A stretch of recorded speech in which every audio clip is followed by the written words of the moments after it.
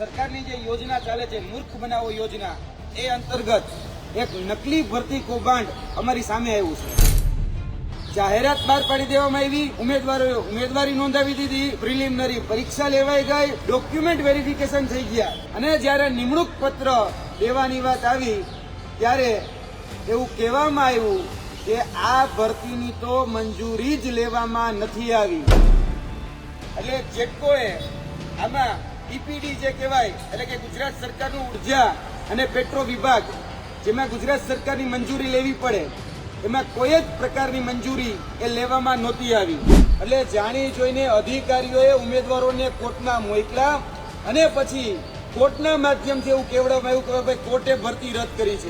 એટલે સુનિયોજિત રીતે કાવતરાના ભાગરૂપે પોતાના લાગતા વળગતા મળતિયાને સેટ કરવા માટે આ ભરતીના તરકટ અને આ ભરતીના નાટક રચવામાં આવે છે।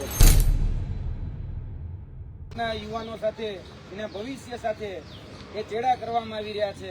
વર્તમાનમાં એક એવો કિસ્સો ફરી એક વખત સામે આવ્યો છે કે સરકારની જે યોજના ચાલે છે મૂર્ખ બનાવો યોજના એ અંતર્ગત એક નકલી ભરતી કૌભાંડ અમારી સામે આવ્યું છે। જી હા, તમે બરોબર સાંભળ્યું, નકલી ભરતી કૌભાંડ।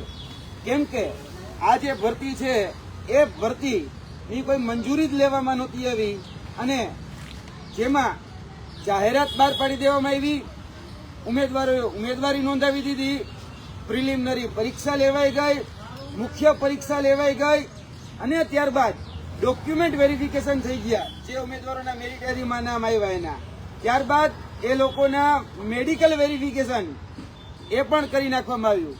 પછી એ લોકોને એના પ્રાયોરિટી પ્રમાણે એલોટમેન્ટ પણ કરવામાં આવ્યા અને જ્યારે નિમણૂક પત્ર દેવાની વાત આવી ત્યારે એવું કહેવામાં આવ્યું કે આ ભરતીની તો મંજૂરી જ લેવામાં નથી આવી અને આ ભરતી છે ઉર્જા વિભાગ અંતર્ગત જે કંપની આવે છે જેટકો, એ જેટકોની અંદર PA1 એટલે કે પ્લાન્ટ એટેન્ડન્ટ ની જે ભરતી હતી એ ભરતી આજથી એક વર્ષ પહેલા 6/3/2024 ના રોજ જાહેર કરવામાં આવેલી, જેની પ્રિલિમિનરી પરીક્ષા 23/7/2024 ના રોજ લેવામાં આવેલી, જેની મુખ્ય પરીક્ષા 22/9/2024 ના રોજ લેવામાં આવેલી, ડોક્યુમેન્ટ વેરિફિકેશન 19/20/11મા મહિનામાં દરમિયાન કરવામાં આવેલું, ત્યારબાદ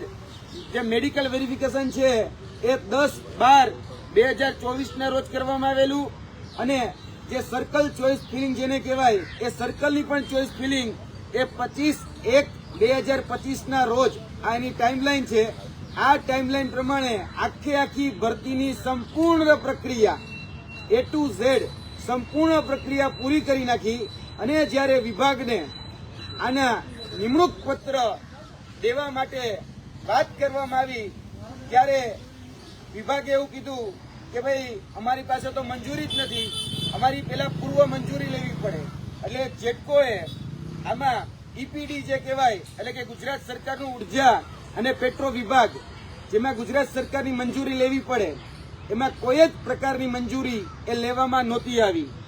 એ સમયના જનરલ ઇન્ચાર્જ જે HR હતા જેટી રાય, એના સમયમાં આ ભરતી બહાર પાડવામાં આવી હતી અને આ જે ભરતી છે એ ભરતીમાં કોઈ જ પ્રકારનું સ્ટાફનું જે સેટઅપ કહેવાય એટલે કે બેસવા માટેની જે વ્યવસ્થા જેટકોની અંદર હોવી જોઈએ એવી કોઈ જ વ્યવસ્થા એ સ્ટાફ સેટઅપમાં નહોતી। ત્યારબાદ આના માટે મહેકમ, રોસ્ટર આ બધી જ પ્રોસેસ એ ફોલો કરવાની હોય છે અને જ્યારે નોટિફિકેશન બહાર પાડવાનું હોય છે ત્યારે અનામત વ્યવસ્થાને પણ ધ્યાનમાં લેવાની હોય છે।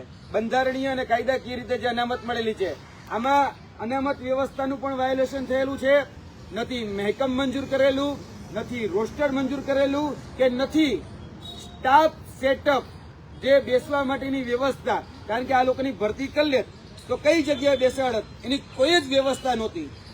જે નિયમો આમાં અધિકારીઓ દ્વારા જે ધરવામાં આવી રહ્યા છે એ છે GSO 15, GSO 13 આ પ્રકારના નિયમો ધરવામાં આવી રહ્યા છે જેની અંદર સ્પષ્ટ રીતે અમારી પાસે એના ઓફિશિયલ પુરાવા છે. તમે જોઈ શકો છો કે GSO 15 ની અંદર કોઈ પણ જગ્યાએ એનું સ્ટાફ સેટઅપ નથી.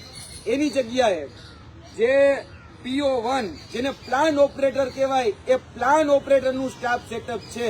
હવે પ્લાન ઓપરેટરની જગ્યાએ પ્લાન એટેન્ડન્ટ ની ભરતી કરી નાખી અને હવે એવું કે છે કે અમે એને ટ્રાન્સફર કરવાના હતા. હવે જો એને ટ્રાન્સફર કરવાના હતા તો પણ એને સરકારની મંજૂરી લેવી જરૂરી હતી. મંજૂરી માટેનો એક પણ કાગળ ગુજરાત સરકારમાં EPD વિભાગમાં લખવામાં કે એની મંજૂરી મેળવવા માટે નથી કરવામાં આવ્યો. એટલે મંજૂરી નથી મળી અને મંજૂરી ન મળી અને જયારે આ ઉમેદવારો હતા એ ઉમેદવારો અવારનવાર ઉઘરાણી કરવા જતા હતા કે સાહેબ અમને નિમણૂક આપો, અમને નિમણૂક આપો. ત્યારે આને જે અધિકારીઓ હતા એ સમયના જનરલ ઇન્ચાર્જ જેટી રાય અને એની સિવાયના અન્ય અધિકારીઓ એને જાણી જોઈને ઉમેદવારોને કોર્ટમાં મોકલા અને ઉમેદવારોના પૈસા, ઉમેદવારોના નાણાં, ઉમેદવારોનો સમય એ બધું જ વ્યય થાય. પરંતુ આની પાછળ એક સુનિયોજિત કાવતરું છુપાયેલું હતું અને આમાં કોર્ટનો આદેશ આવે એની રાહ જોવાઈ રહી હતી. કેમ કે આમાં પછી કોઈ દલીલ જ કરવામાં ન આવે અને દલીલ એ વિદ્યાર્થીઓને અગેન્સ્ટ કરવામાં આવે અને ઓર્ડર એ પડે કે ભાઈ આ ભરતી રદ કરી નાખવામાં આવી છે. એટલે જાણી જોઈને અધિકારીઓએ ઉમેદવારોને કોર્ટમાં મોકલા અને પછી કોર્ટના માધ્યમથી એવું કહેવામાં આવ્યું કે ભાઈ કોર્ટે ભરતી રદ કરી છે. ખરેખર રીતે જોવા જઈએ તો અધિકારીઓની અનાવડત અને અધિકારીઓની ભૂલ અને અધિકારીઓની બેદરકારીના કારણે આ વિદ્યાર્થીઓના ભવિષ્ય સાથે ચેડા થયા છે. અને આ જે ભરતી હતી એમાં 10,000 જેટલા ઉમેદવારોએ ઉમેદવારી કરેલી હતી. 153 જેટલી પોસ્ટ હતી અને 153 જેટલી પોસ્ટમાં ઉમેદવારોનું જે લિસ્ટ યાદી બહાર પડતી હતી એમાંથી 400 જેટલા ઉમેદવારોની એ યાદી બહાર પાડવામાં આવી હતી અને કહી શકાય કે વેટિંગમાંથી પણ ઓપરેટ કરવાના હતા. તો આ યુનિયન જે એજી વિકાસ છે એની સાથે જે અધિકારીઓ છે જેટી રાય જેવા કે બીજા અન્ય અધિકારીઓ એના મિલીભગતથી આ ભરતીનું કૌભાંડ એ રચવામાં આવ્યું. આ નકલી ભરતી ઉભી કરવામાં આવી અને નકલી ભરતીના માધ્યમથી પોતાના વાગતા વળગતા મળતિયાને પૈસાના સેટિંગથી લગાડી દેવાનું કોઈ કાવતરું હોય એ પ્રકારે આ ભરતી ઉભી કરવામાં આવી હતી. ઉમેદવારો પાસેથી મળતી માહિતી પ્રમાણે આમાં ઉમેદવારો દીઠ એ વેટિંગમાંથી ઓપરેટ કરવા માટે 5-5 લાખ સુધીના ઉઘરાણા કરવામાં આવ્યા હોય ત્યાં સુધીની અમને માહિતી મળી છે. એટલે ભૂતકાળની અંદર જોવા જઈએ તો જેટકોમાં થયેલી જુનિયર એન્જિનિયર, જુનિયર આસિસ્ટન્ટની ભરતીમાં પણ આ યુનિયન અને એની સાથે જે અધિકારીઓ છે વર્તમાન અધિકારીઓ બંને ભેગા થઈ વેટિંગ યાદી ઓપરેટ કરી અને પોતાના લાગતા વળગતાઓને જ નોકરી આપી છે. કારણ કે આમાં જયારે મેરિટ યાદી બહાર પડે છે ત્યારે કોઈના નામ જાહેર કરવામાં નથી આવતા. ફક્ત બેઠક ક્રમાંક નંબર જાહેર કરવામાં આવે છે. કોને કેટલા માર્ક છે, કઈ રીતે માર્ક છે એ ઇન્ડિવિજ્યુઅલ લોકો જોઈ શકે પણ જાહેરમાં બધા જ જોઈ શકે એવું કોઈ જ પ્રાવધાન નથી. એટલે સુનિયોજિત રીતે કાવતરાના ભાગરૂપે પોતાના લાગતા વળગતા મળતિયાને સેટ કરવા માટે આ ભરતીના તરકટ અને આ ભરતીના નાટક રચવામાં આવે છે. આમાં પણ કોઈની ભરતી એટલે કે POની જે પોસ્ટ હતી આ જેટકોની અંદર એને ટ્રાન્સફર કરવા માટે PA1ની પોસ્ટ જો કરવી હોય તો એના માટે પણ મંજૂરી લેવી જરૂરી હોય છે, યુનિયનને સાથે લેવા જરૂરી હોય છે. આવી કોઈ જ પ્રોસેસ એ આમાં કરવામાં આવી નથી અને અંતે આ વિદ્યાર્થીઓ રજડી પડ્યા છે. 1.5 વર્ષ સુધી આ વિદ્યાર્થીના ભવિષ્ય સાથે મજાક કરવામાં આવી છે. તો આના માટે જવાબદાર કોણ? અમે પ્રશ્ન પૂછીએ છીએ. એની સાથે સાથે અમે આ માધ્યમથી, મીડિયાના માધ્યમથી સરકારશ્રીને માંગણી કરીએ છીએ, કનુભાઈ દેસાઈને કહીએ છીએ, ભૂપેન્દ્રભાઈ પટેલને કહીએ છીએ કે તાત્કાલિક ધોરણે આ ભરતીમાં જેને પણ આ નાટક રચ્યું છે એવા અધિકારીઓ ઉપર સસ્પેન્ડ કરી કાયદેસરની કાર્યવાહી કરવામાં આવે. કેમ કે આની અંદર જે ઇન્ચાર્જ જનરલ મેનેજર HR હતા એનાથી જ આ ભરતી કરવામાં આવી છે. પહેલા એને સસ્પેન્ડ કરી અને કાયદેસરની કાર્યવાહી એની ઉપર કરવામાં આવે અને સજાત્મક અને દંડાત્મક પગલાં લેવામાં આવે. કારણ કે આ ઉમેદવારો સાથે છેતરપિંડી કરવામાં આવી છે. 1.5 વર્ષ આ ઉમેદવારોનું બગાડવામાં આવ્યું છે અને જ્યારે નિમણૂક આપવાની વાત આવી ત્યારે આ ઉમેદવારોને કહી દેવામાં આવ્યું છે કે તમને નિમણૂક નહીં મળે, આ ભરતી રદ કરી નાખવામાં આવી છે. તો આના માટે જવાબદાર કોણ? શા માટે ભાઈ ઉમેદવારો હરેક વખતે પાડાના વખે પખાલીને ડામ, હરેક વખતે કરે કોક અને ભોગવે કોક? શા માટે?